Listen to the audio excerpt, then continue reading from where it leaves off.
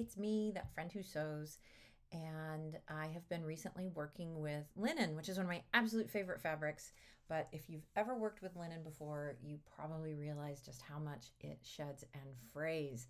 So I had finished doing most of my overlocking for the linen pieces, and that's a lot of tedious sewing.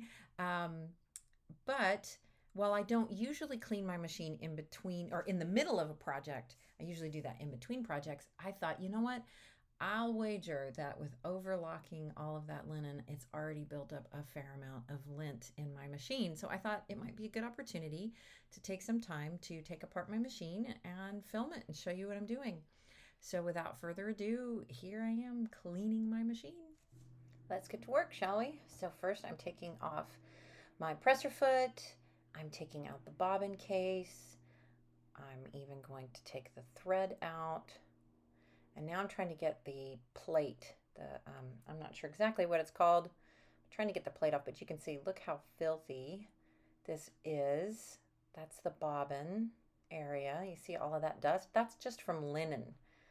The fabric itself and thread creates that fuzz. So here I've got the plate off, and you can see how messy that is, all of that fuzz. So I take an old makeup powder brush and first use it to kind of loosen up some of the debris that ends up in there. But then I took this off just to make it a little easier to get in there.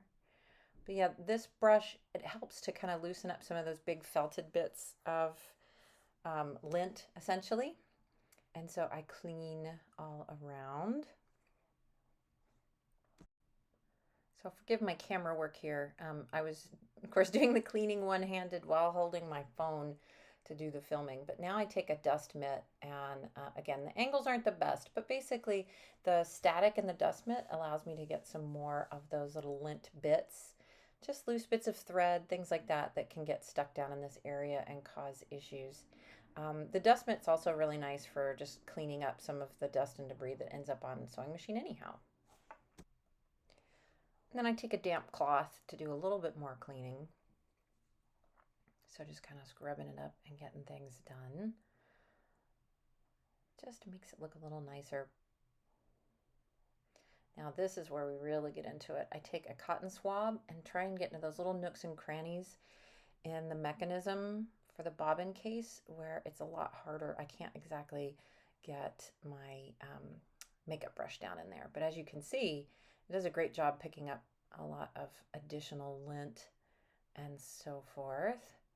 So yeah, these swabs can get pretty yucky looking pretty quick, but look at all of that.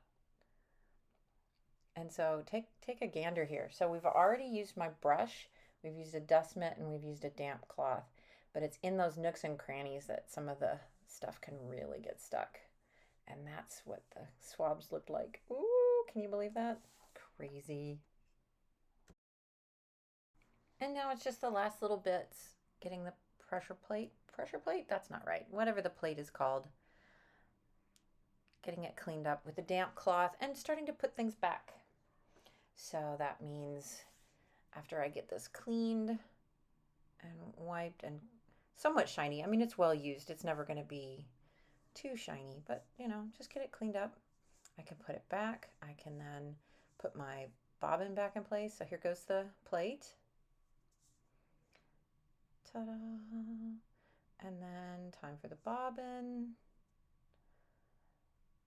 Gonna put that back in.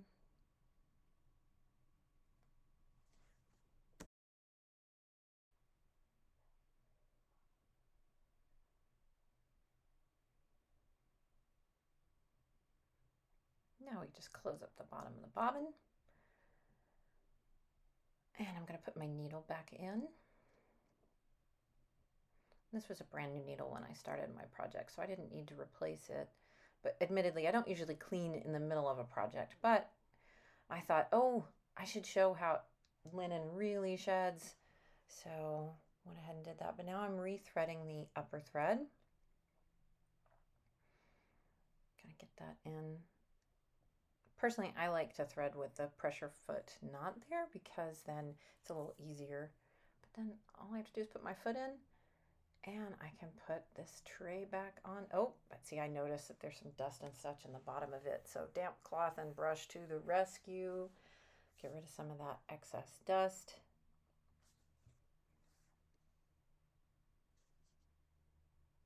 And just give it a little wipe, which you can't really see. Most of that's off camera. Sorry about that. And there we go. Okay, so thank you so much for watching my video. If you have any questions about cleaning your machine, you're definitely welcome to drop them below, but bear in mind, I am not a maintenance expert on sewing machines. So if you do have a sewing repair shop nearby, that's probably one of the best resources if you have some really sticky questions. This would have been a great time too for me to add some machine oil. I didn't have it handy, so I didn't do that for the filming, so forgive me there. But it is always a great idea to add a little bit of oil to the moving parts of your machine after you give it a good clean. So thanks again, and we will chat later. Bye.